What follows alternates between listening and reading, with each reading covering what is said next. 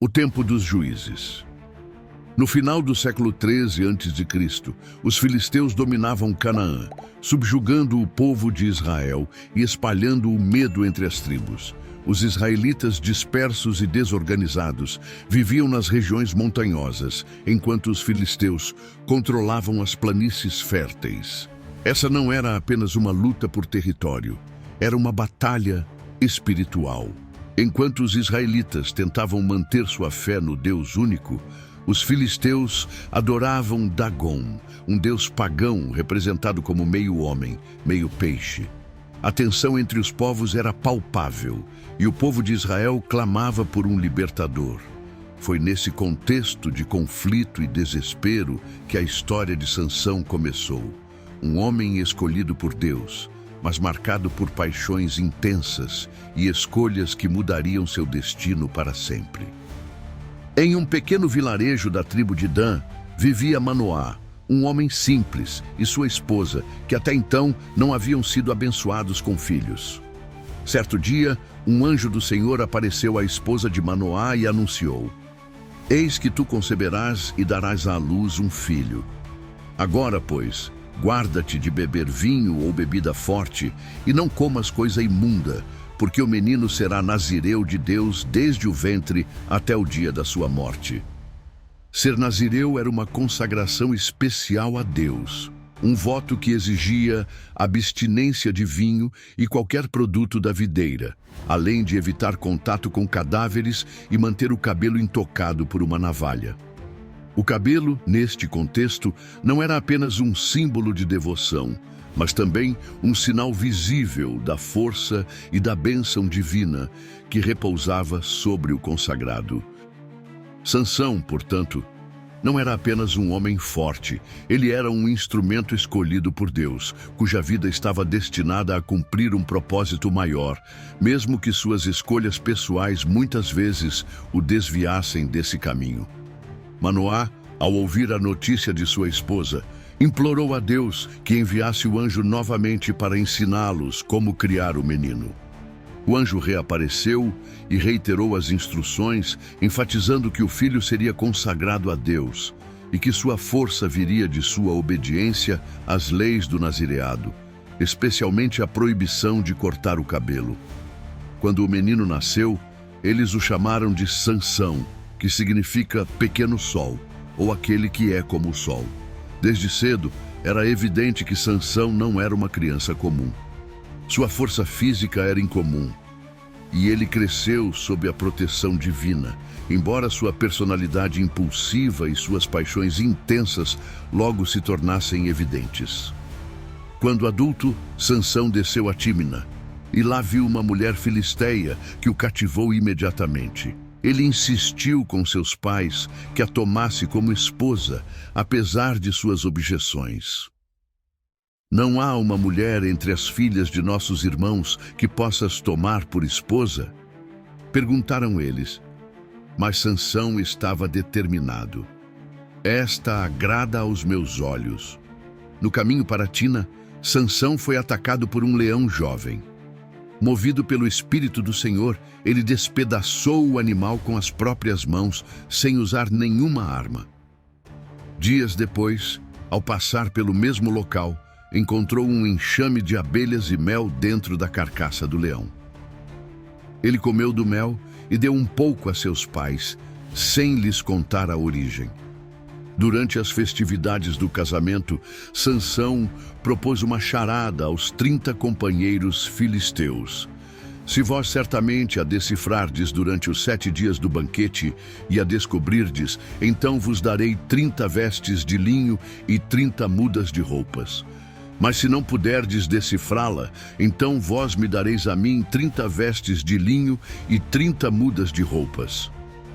A charada era a seguinte: daquele que come saiu comida e do forte saiu doçura. Os filisteus, incapazes de decifrar o enigma, pressionaram a noiva de Sansão para que ela descobrisse o segredo. Ela, por sua vez, chorou e insistiu com Sansão até que ele revelou a resposta. No 7º dia, os filisteus disseram a Sansão: "O que é mais doce do que o mel? E o que é mais forte do que o leão?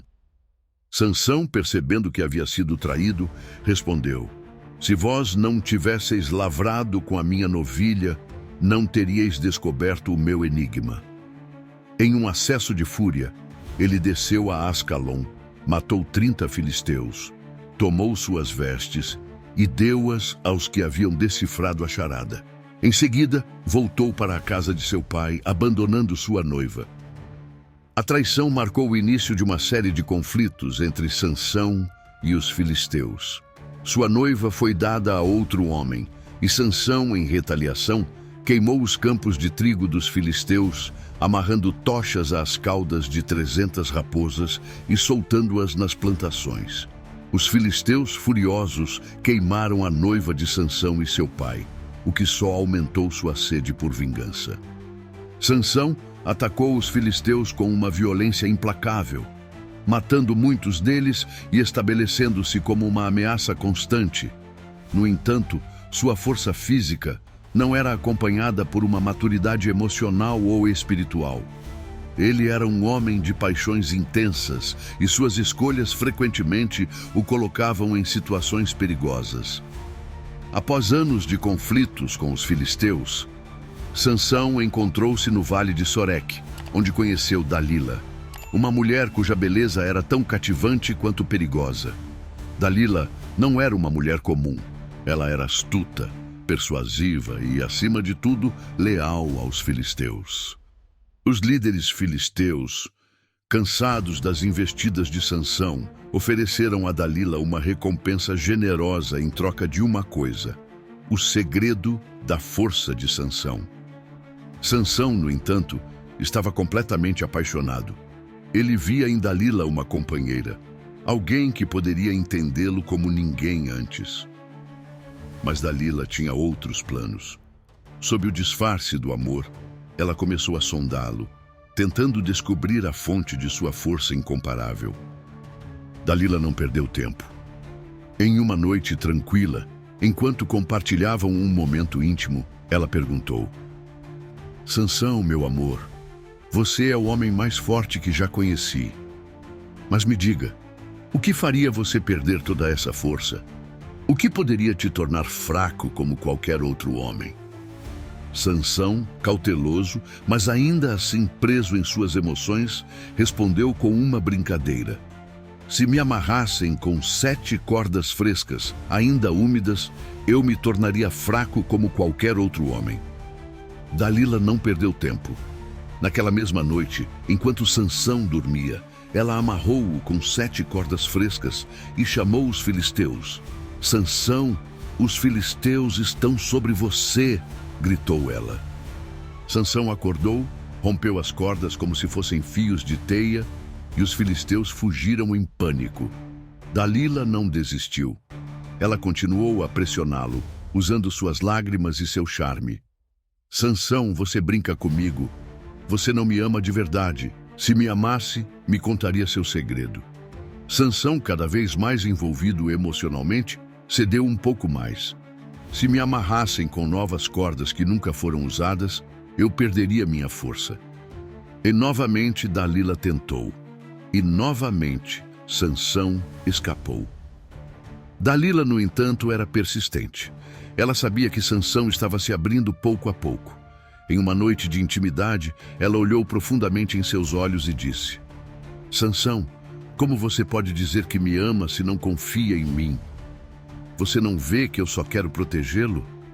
Se eu soubesse o segredo da sua força, poderia ajudá-lo a se manter seguro. Sansão, finalmente vencido por suas emoções, revelou a verdade. Minha força vem do meu cabelo. Nunca passou uma navalha sobre minha cabeça, pois sou nazireu de Deus desde o ventre de minha mãe. Se meu cabelo fosse cortado, minha força me deixaria, e eu me tornaria fraco como qualquer outro homem. Dalila sabia que dessa vez ele não estava mentindo. Enquanto Sansão dormia em seu colo, ela chamou um homem para cortar suas 7 tranças.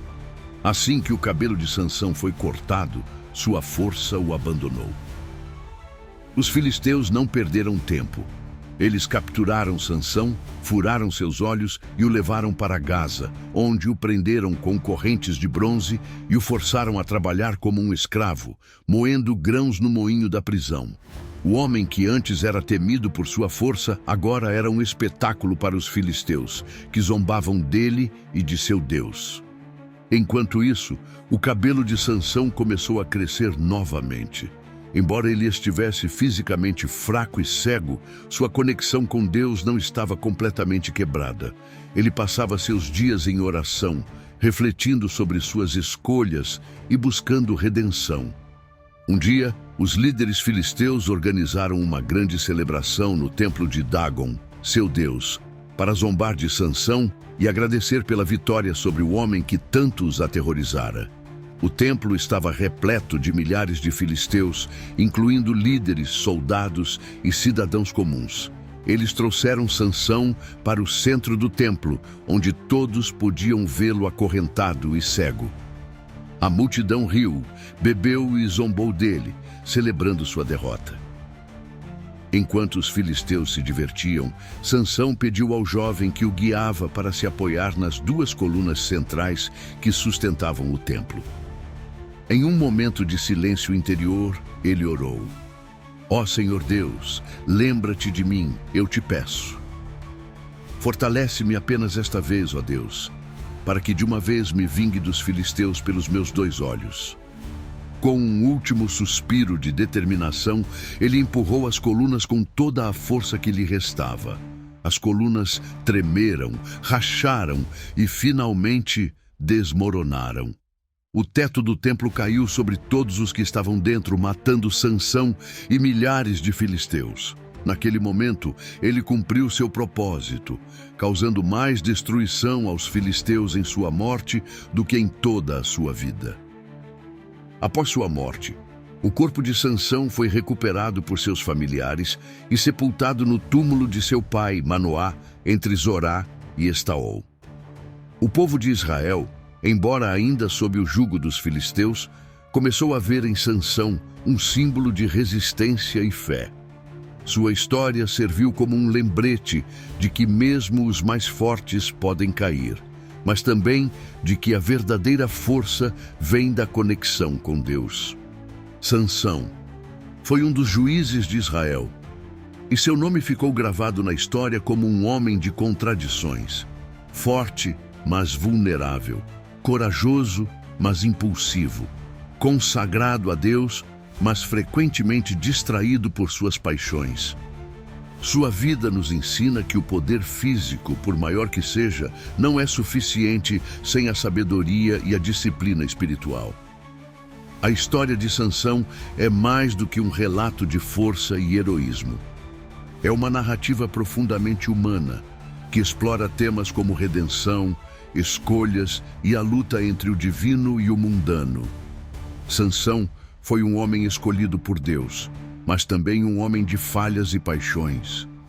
Sua jornada nos mostra que mesmo em nossos momentos mais sombrios, podemos encontrar redenção através da fé e do arrependimento. Ele nos lembra que a verdadeira força não reside apenas nos músculos, mas no coração e na alma. E que mesmo quando caímos, sempre há uma chance de nos levantarmos e cumprirmos nosso propósito.